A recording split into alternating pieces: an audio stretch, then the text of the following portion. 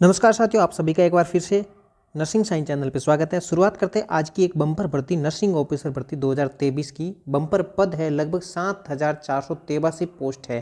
ठीक है, और ये परमानेंट वैकेंसी है। और कहाँ की है? OSSC भुवनेश्वर, यानी कि उड़ीसा स्टाफ सिलेक्शन कमीशन की भर्ती है। और इसमें all over India candidate eligible है, लेकिन एक उसमें कुछ शर्त है। वो शर्त क्या है मैं आपको बीच वीडियो में बताने वाला हूँ। ठीक है, अब इसके फॉर्म कब से भरे जाने वाले हैं, कैसे भरे जाएंगे, योग्यता, चयन, सिलेबस, पद, टोटल, ये सारी जानकारी आपको इस वीडियो के माध्यम से बताना चाहेंगे। सबसे पहले शुरुआत करते हैं कि आपकी जो वैकेंसी है ये OSSC उड़ीसा भुवनेश्वर की जो वैकेंसी है ये डिस्ट्रिक्ट कैडर ग्रुप C की ये वैकेंसी है। और नंबर ऑफ पोस्ट आपकी नर्सिंग ऑफिसर की कितनी पोस्ट है? 7483। अलग अलग कैटेगरी वाइज पोस्ट इसमें अलग अलग डिवाइडेड की गई है, जो कि उड़ीसा गवर्नमेंट रूल्स के अनुसार की गई है। ठीक है, ऑफिशियली वेबसाइट है जिसके माध्यम से आप अपना ऑनलाइन फॉर्म में आवेदन कर सकते हैं। साइट आपके सामने दे रखी है www.OSSC.government.in। इसके माध्यम से आप अपना ऑनलाइन एप्लीकेशन फॉर्म भर सकते हैं। अगली बात है कि आपकी ये जो फॉर्म भरने की तिथि है वो कब से शुरू हो गई है। तो ये फॉर्म भरने की तिथि है आपकी यहाँ पर 20 जनवरी की जगह 21 जनवरी, यानी कि आज 21 जनवरी के दिन से फॉर्म स्टार्ट हो चुके हैं। ठीक है, और 17 फरवरी 2023 इसकी लास्ट डेट है। और साथ ही साथ इन्होंने एग्जाम की डेट भी साथ में घोषित कर रखी है। तो 19 मार्च 2023 को इसका अलग अलग डिस्ट्रिक्ट लेवल पर एग्जाम है वो कंडक्ट करवाया जाना है। ठीक है, अब अगली बात है कि इसके फॉर्म भरने की एप्लीकेशन की फ़ीस क्या है। तो एप्लीकेशन की फ़ीस किसी भी प्रकार की फ़ीस नो फीस रहने वाली है। कोई भी कैंडिडेट हो, चाहे general, SC ST OBC, all over India के किसी भी कैंडिडेट की कोई फीस इसमें लागू नहीं होती है। ठीक है, अगली बात है कि इसके लिए एजुकेशन क्वालिफिकेशन क्या चाहिए। एजुकेशन क्वालिफिकेशन के साफ साफ इसमें लिखा हुआ है कि आपकी या तो फिर 10+2 के साथ में क्या होना चाहिए? डिप्लोमा, GNM हो चाहे BSc नर्सिंग हो, दोनों लगभग समान है, इक्विवेलेंट एजुकेशन क्वालिफिकेशन है, किसी भी प्रकार की कोई प्रॉब्लम नहीं है। और ये भी लिखा हुआ है कि आपकी जो नर्सिंग है उसके साथ में स्टेट या फिर एनी अदर इंस्टीट्यूट, यानी कि कोई भी स्टेट की हो। ऐसी कोई नहीं है कि उड़ीसा स्टेट का काउंसलिंग होना जरूरी है, वहाँ पर रजिस्ट्रेशन होना कोई ज़रूरी नहीं है। इसमें ऐसा कहीं पर भी नहीं लिखा हुआ है। एनी लिखा हुआ है, यानी कि एनी अदर इंस्टीट्यूट, यानी कि किसी भी स्टेट की हो, चाहे INC हो चाहे स्टेट की हो, ये चलेगी। ठीक है, मतलब कुल मिलाकर इंडियन नर्सिंग काउंसलिंग के अंदर वो अप्रूव्ड होनी चाहिए।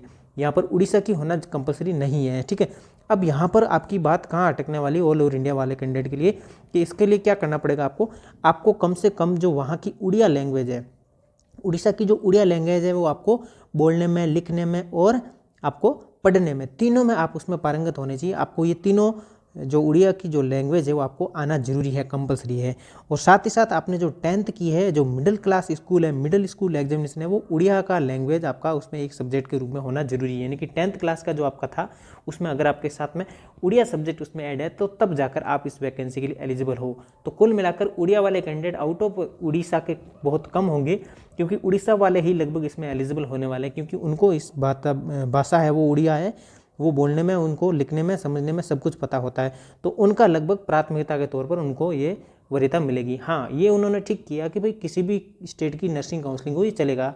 हो सकता है कोई उड़िया का कैंडिडेट है वो आउट ऑफ उड़ीसा कहीं गया है और वहाँ से नर्सिंग कर लिया और उसका रजिस्ट्रेशन वहाँ पर ही है और उसको उड़ीसा आती है और उसकी 10th में उड़ीसा का जो लैंग्वेज है वो सब्जेक्ट एक था, तो तब वो इस वैकेंसी के लिए एलिजिबल है।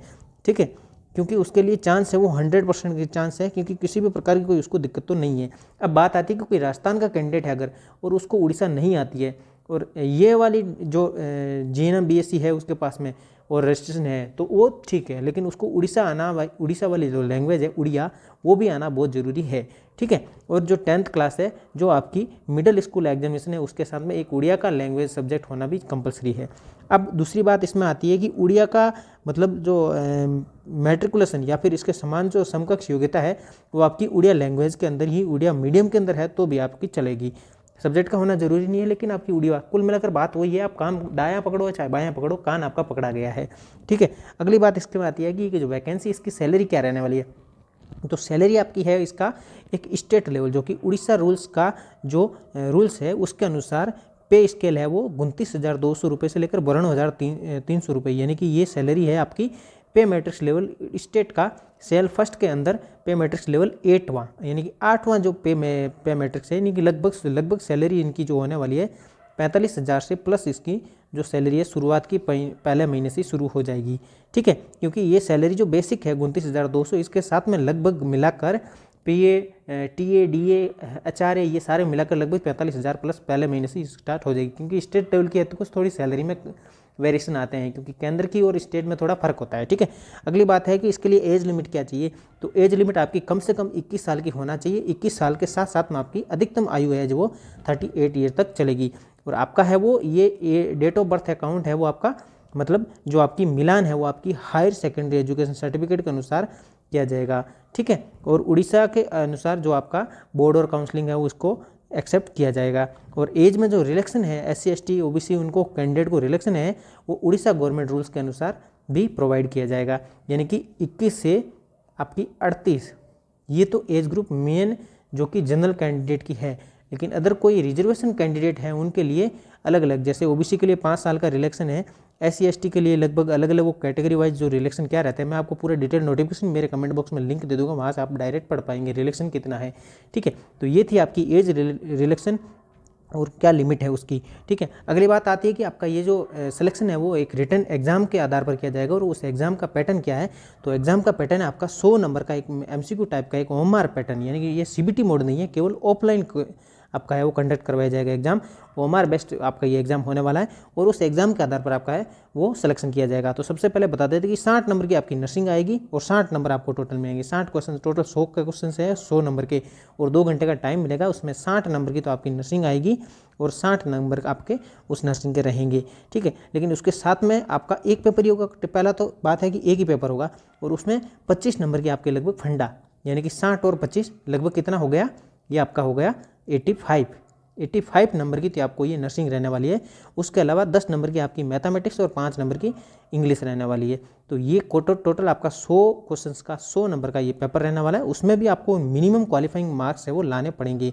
अगर कोई कैटेगरी SC ST और PWD एक्स सर्विसमैन और स्पोर्ट्स पर्सन कैटेगरी के कैंडिडेट है तो उनको 30 नंबर लाने होंगे, और इसके अलावा अदर कोई अदर कैटेगरी के बिलोंग करते हैं तो उनको 35% नंबर लाने पड़ेंगे।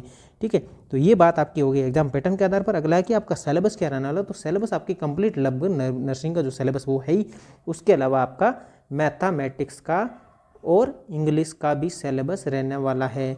ठीक है, ये आपका सिलेबस है। अब बात आती है कि यह जो आपका सिलेबस है वो लगभग आपके INC बेस्ड जो नर्सिंग काउंसलिंग का डिप्लोमा सिलेबस है उसके अनुसार है। उसके अलावा उसका जो डिफिकल्टी लेवल है वो कोई चेंज नहीं है। ये जो पेपर है आपका रिटन टेस्ट पेपर है वो आपका OMR पैटर्न पर होने वाला है, जिसमें MCQ रहेंगे, मल्टीपल चॉइस क्वेश्चंस रहेंगे OMR सिस्टम के आधार पर, और इसमें नेगेटिव मार्किंग, यानी कि 100 नंबर का जो पेपर था तो उसमें अगर आप 4 क्वेश्चन गलत करते हैं तो आपका 1 नंबर माइनस हो जाएगा, यानी कि 0.25 की यहाँ पर नेगेटिव मार्किंग दी गई है। ठीक है, ये आपका टोटल ये जो सिलेबस था ये था। अगली बात है कि आपका फाइनली सिलेक्शन कैसे हो पाएगा, तो फाइनली सिलेक्शन आपका पहला तो ये एक प्रकार का रिटन आपका टेस्ट होगा। रिटन के आधार पर तो रिटन आपका 95 का है। ठीक है, 95 के साथ में 5 नंबर जो आपको जिन्होंने कोविड में दिया गया था उनको अवार्ड मिलेगा। शॉर्ट टर्म पीरियड जो कोविड-19 में हेल्थ केयर वर्कर थे जो कोविड में काम किया था उनको 5 नंबर का भी रिलैक्सेशन मिलेगा, यानी कि टोटल 100। जो फ्रेशर है उनके लिए तो 95 है, लेकिन 5 नंबर का उनके लिए ये नंबर उसमें ऐड हो जाएंगे। तो 5 नंबर का जो कोविड में काम किया था शॉर्ट टर्म पीरियड के अंदर उनको 5 नंबर का ये फाइनल मिलने वाला है। ये आपको मैं बता देता हूँ रूल आपका under rule 3 of the Odisha government grant of weightage in marks the requirement of short term covid health care 2022 rules के अनुसार ये देखिए मिनिमम अगर किसी ने 3 महीने तक काम किया है तो उनको 5 नंबर का परसेंटेज है एक्स्ट्रा नंबर उनको मिल जाएगा। तो आपका ये जो कोविड में काम किया उनको लगभग 5 नंबर का फायदा होने वाला है। तो ये था आपका फाइनली सिलेक्शन है आपका रिटर्न आधार पर। रिटर्न के आधार पर आपका ये जो कोविड में काम किया वो बोनस अंक जोड़कर, ठीक है, बोनस अंक जोड़कर फाइनली सिलेक्शन आपकी एक लिस्ट तैयार होगी, उस लिस्ट के आधार पर आपका फाइनली सिलेक्शन किया जाएगा। तो ये थी तमाम जानकारी। आपको किसी भी प्रकार का अगर कोई डाउट है तो आप मुझे डायरेक्ट कमेंट करें। वीडियो पसंद आया तो लाइक करें, शेयर करें, चैनल को सब्सक्राइब करके हम आपको यहाँ से सारी जानकारी प्रोवाइड करवाते रहेंगे।